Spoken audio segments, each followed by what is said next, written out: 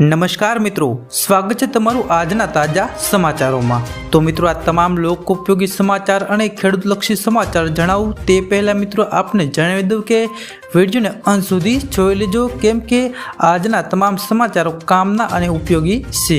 અને મિત્રો, જો વિડીયો પસંદ આવે તો વિડીયોને લાઇક કરજો અને શેર કરજો, અને અમારી યુટ્યુબ ચેનલ પર આપ નવા છો તો નીચે આપેલું લાલ કલરનું સબસ્ક્રાઇબ બટન દબાવી અમારી ગુજ્જુ માહિતી યુટ્યુબ ચેનલને સબસ્ક્રાઇબ કરી લેજો। તો મિત્રો, જોઈએ આજના સૌથી તાજા સમાચાર। લોકસભા ચૂંટણી પહેલા ખેડૂત માટે ડુંગળીને લઈને મોટો નિર્ણય। લોકસભા ચૂંટણી પહેલા કેન્દ્ર સરકાર ડુંગળીની ખરીદી કરશે। બફર સ્ટોક સાથે જોડાયેલ જરૂરિયાત માટે ખેડૂતો પાસેથી 5 લાખ ટન ડુંગળી ખરીદવામાં આવશે। બફર સ્ટોક માટે આ વખતની રવિ સિઝનની ઉપજમાંથી ખેડૂતો પાસેથી 5 લાખ ટન ડુંગળી ખરીદવામાં આવશે।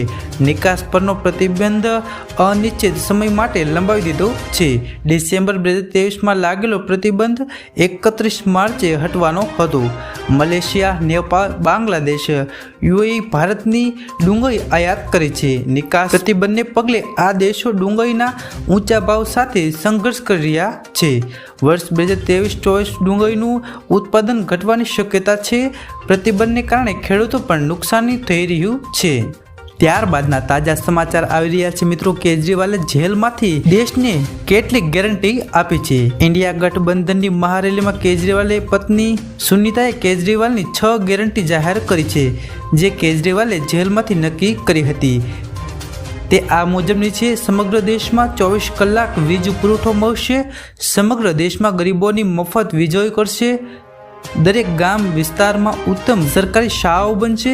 ભારતના લોકો માટે સારવારની વ્યવસ્થા કરવામાં આવશે। ખેડૂતોને સ્વામીનાથન કમિશન હેઠળ અનાજના ભાવ અપાવશે, તેમજ દિલ્હીને પૂર્ણ રાજ્યનો દરજ્જો અપાવશે। તો મિત્રો, દેશવાસીઓ માટે આ કેજરીવાલની મોટી ગેરંટી ગણી શકાય। ત્યારબાદના સમાચાર આવી રહ્યા છે મિત્રો। જે કિસાન મિત્રો પરિવહન માટે વાહન ખરીદવા ઈચ્છે છે તેના માટે, જે ખેડૂતોએ માલવાહક વાહનની ખરીદી કરવી હોય તો એમને 75,000 રૂપિયાની સહાય મળશે। તો કિસાન પરિવહન યોજના અંતર્ગત આ સુવિધા આપવામાં આવી રહી છે।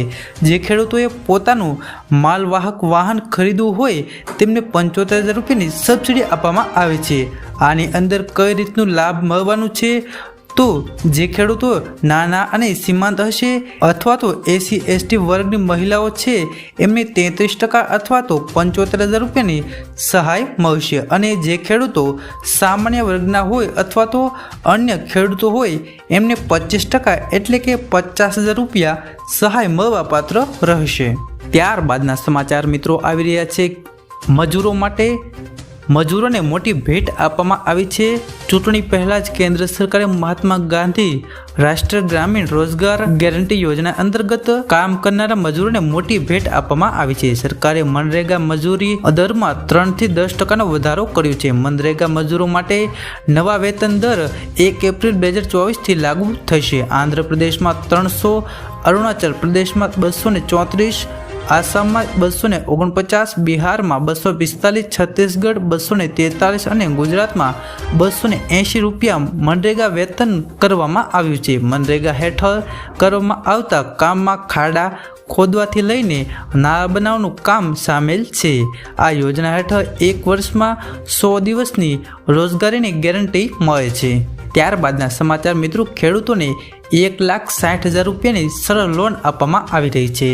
તો આ યોજના વિશે વિસ્તારમાં વાત કરીએ તો ભારત સરકાર દ્વારા ખેડૂતોના હિતમાં ચલાવવામાં આવતી કિસાન ક્રેડિટ કાર્ડ યોજના હેઠળ ખેડૂતોને 1,60,000 રૂપિયાની કૃષિ લોન આપવામાં આવે છે। કિસાન ક્રેડિટ કાર્ડનો સૌથી મોટો ફાયદો એ છે કે CC લોનની સાથે ખેડૂતો તેમના પાક વીમો પણ મેળવી શકે છે। આ યોજનાનું વિસ્તરણ કરીએ તો હવે પશુપાલકો અને મત્સ્ય પાલકો કરનારા ખેડૂતો પણ વ્યાજબી દરે લોન ઉપલબ્ધ કરવામાં આવે છે। તાજેતરમાં ભારત સરકારે ખેડૂતોને 3 લાખ સુધીની ટૂંકા ગાળાની લોન પર વાર્ષિક 1.5% રિબેટ આપવાનો નિર્ણય કર્યો છે।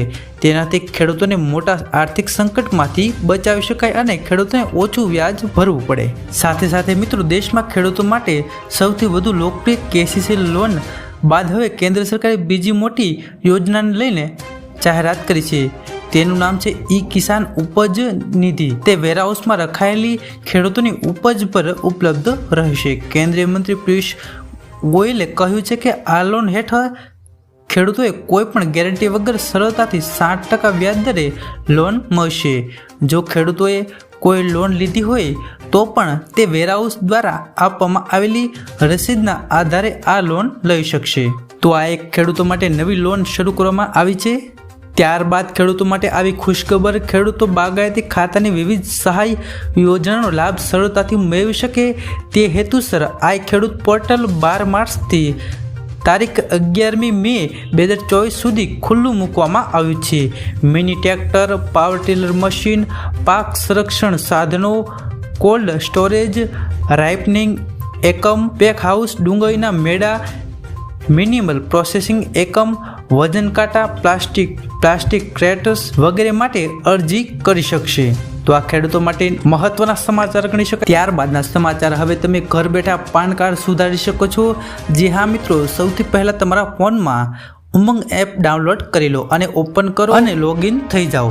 આ પછી તમારે માય પાન વિકલ્પ પસંદ કરવાનો રહેશે અને તમારે કરેક્ટ ચેન્જ વિકલ્પ ઉપર જવું પડશે. ત્યારબાદ CSF ફોર્મ ખુલશે અને તમારી પાસે માહિતી સુધારવાનો વિકલ્પ હશે, એટલે કે તમારે જે કંઈ સુધારો કરવો હોય તે તેમાં લખી દેવાનો રહેશે. આ પછી તમારે તમારું પાન કાર્ડ અને અન્ય માહિતી ભરવાની રહેશે. હવે તમારે પાન કાર્ડ સુધારવા માટે જે પણ ફી ભરવાની હોય તે ભરી અને તમારું કામ થઈ ગયું છે. નોંધ જાણી લેજો, તમે આ payment net banking, debit card અથવા તો ક્રેડિટ કાર્ડ દ્વારા સરળતાથી કરી શકો છો. જો મિત્રો આના વિશે તમને ખબર ના પડે તો સુધારો કરવો નહીં. ત્યારબાદના સમાચાર, મહિલાઓને મફત સિલાઈ મશીન.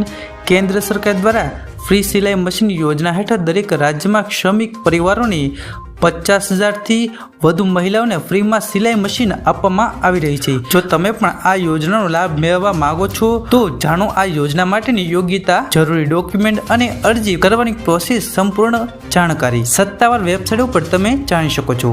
ત્યારબાદના સમાચાર મિત્રો, મફતમાં સ્માર્ટ મીટર મળશે. રાજકોટની અંદર લગાવવામાં આવ્યા છે નવા સ્માર્ટ મીટર. PGVSL દ્વારા સૌરાષ્ટ્ર ઝોનમાં સૌ પ્રથમ રાજકોટમાં સ્માર્ટ મીટર લગાવવાની કામગીરી પ્રારંભ કરાયો છે. આ જે અંતર્ગત રાજકોટ PGVSLના મેનેજિંગ ડિરેક્ટર બંગલોની સાથે 10 કર્મચારીઓને ઘરે સ્માર્ટ મીટર પ્રીપેડ મીટર લગાવવામાં આવ્યા છે. આ મીટર AI ટેકનોલોજી આધારિત છે. ગ્રાહક મોબાઈલ એપ્લિકેશન દ્વારા એક ક્લિકમાં મીટરને ચાલુ અથવા તો બંધ કરી શકે છે.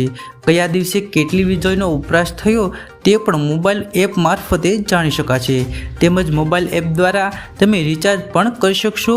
તો મિત્રો, આ સ્માર્ટ મીટર વીજળી મીટર ગુજરાતમાં લગાવવાનું શરૂ થઈ ગયું છે.